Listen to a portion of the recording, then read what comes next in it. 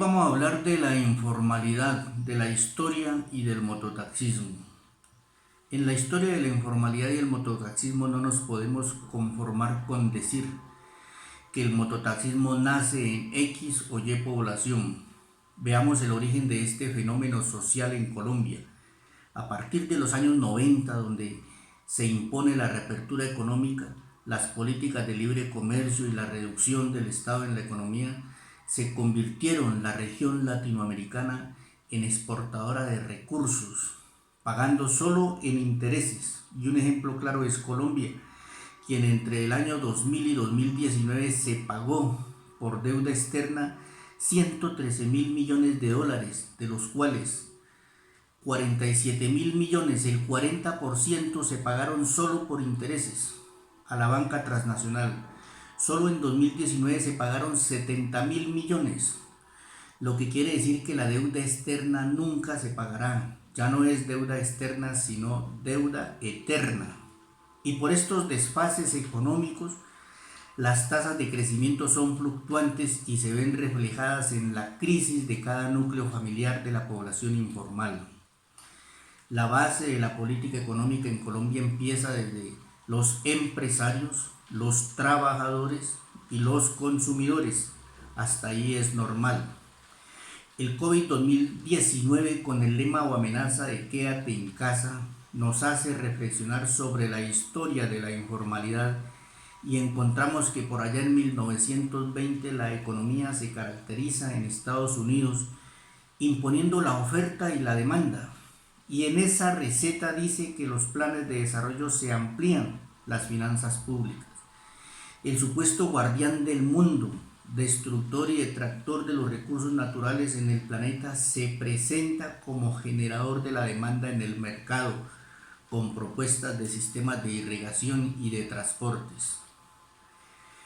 La economía de la informalidad tiene su historia y viene desde esos tiempos. Siempre ha existido la informalidad, como las ventas ambulantes. Supuestamente son un problema sociocultural en Colombia y siempre han existido, hasta el punto de expandirse en el siglo XXI y generar el mototaxismo, y donde convivimos con un Estado que genera no solo la inestabilidad financiera, sino una creciente desigualdad del ingreso y de la riqueza.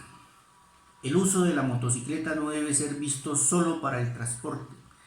El mototrabajador y el mototaxismo deben entender que el vehículo no es solo para el trabajo o para el interés personal, particular, o para argumentar que la autoridad tiene que dejar trabajar y esperar a que el gobierno le endeude. Porque sí, con el mototrabajador y el mototaxista se tocan las puertas de los derechos humanos fundamentales. Hay un reconocimiento global porque se transporta a personas, claro está, cumpliendo con las exigencias del Ministerio del Transporte para toda clase de conductores. El simple hecho de sobrevivir con la motocicleta ya refleja un problema social y se convierte en problemática. Es la puerta de la economía de los hogares. Se convierte en salida política a la necesidad y falta de empleo.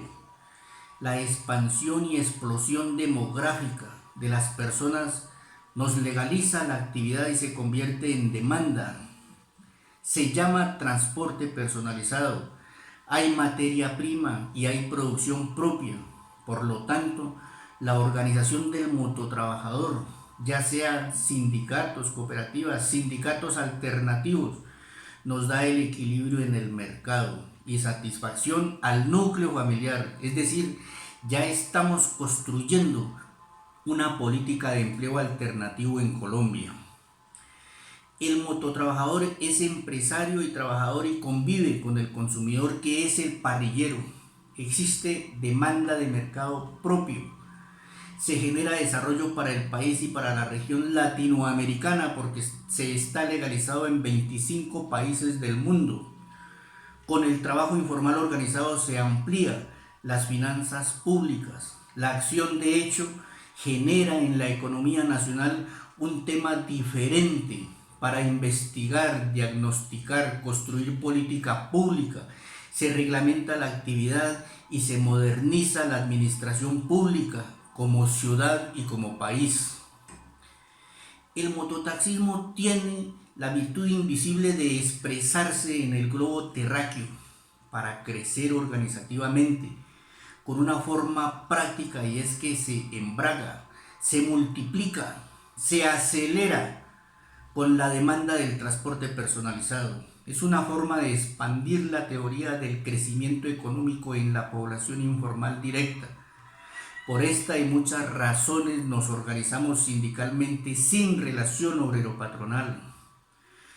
Los mototaxistas después de la cuarentena esperan verdaderos análisis económicos que vinculen la informalidad en los planes de desarrollo locales, que se involucre la ciencia política y la sociología se extienda a este sector vulnerable, que saque al mototaxismo del empirismo en que se encuentra y le ubique un lugar dentro de la sociedad con alternativas de vida digna.